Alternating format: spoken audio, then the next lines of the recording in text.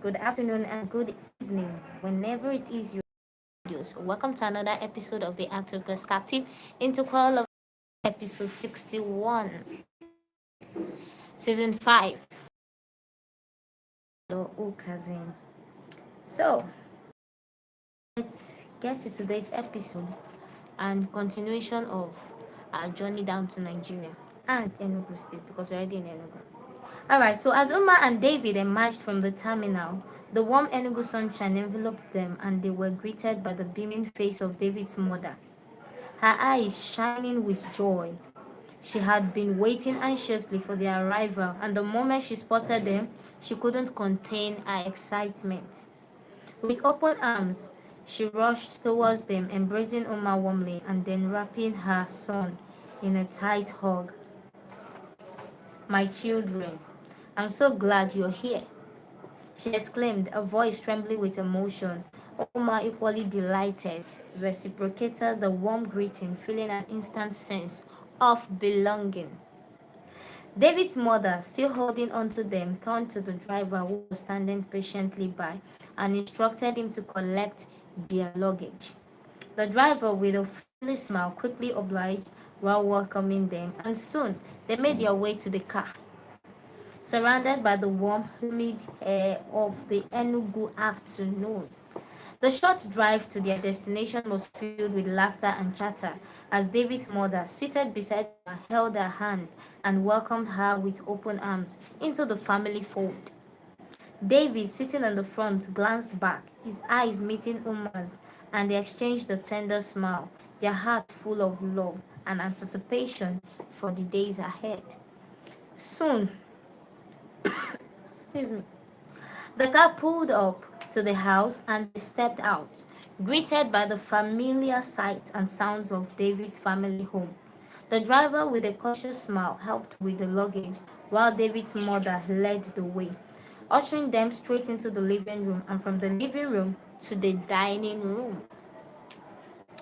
The aroma of delicious Nigerian delicacies wafted through the air, tantalizing their taste buds, and Huma's eyes widened as she scanned the spread before them.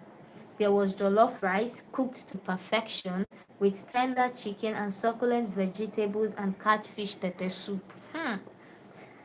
Fried plantains, crispy on the outside and soft on the inside, sat alongside the steaming bowl of egusi soup, rich with ground melon seeds and leafy greens. David's mother, beaming with pride, invited them to take their seats as they sat down to a warm family meal, though David's father was away on a business trip. The conversation at the dining flowed as they shared stories and laughed together, but Uma and David couldn't shake off the feeling of nervous anticipation. They picked at their food, their minds preoccupied with the upcoming discussion with her father. Despite the delicious food, they struggled to eat much, their stomachs churning with a mix of excitement and anxiety.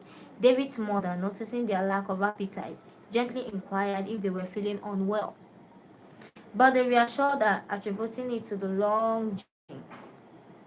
The atmosphere, though warm and welcoming, was charged with an undercurrent of tension, as they all knew that the real purpose of their visit was yet to be addressed.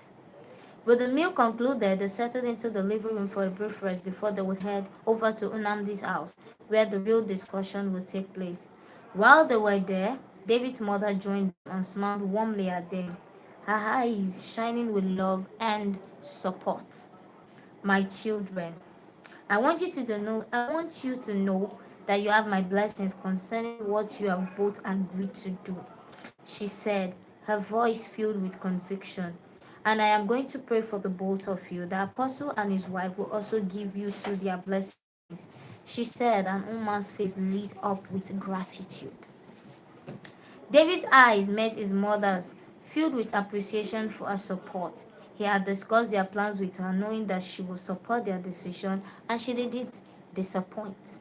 "I know it's a big step, but I believe it's God's plan for you both. I'll be praying that you have a smooth conversation with Apostle, and he will receive the news with an open heart." His mother continued, then requested to pray for them before they leave.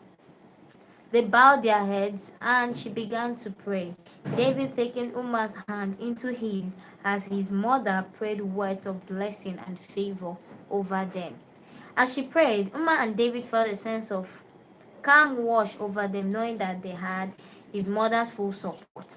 They exchanged a reassuring glance after the prayer, still holding onto each other's hands, feeling strengthened and encouraged as they headed out to Unamdi's house. After about 20 minutes drive, the car pulled up at Unamdi's house as they emerged from the vehicle.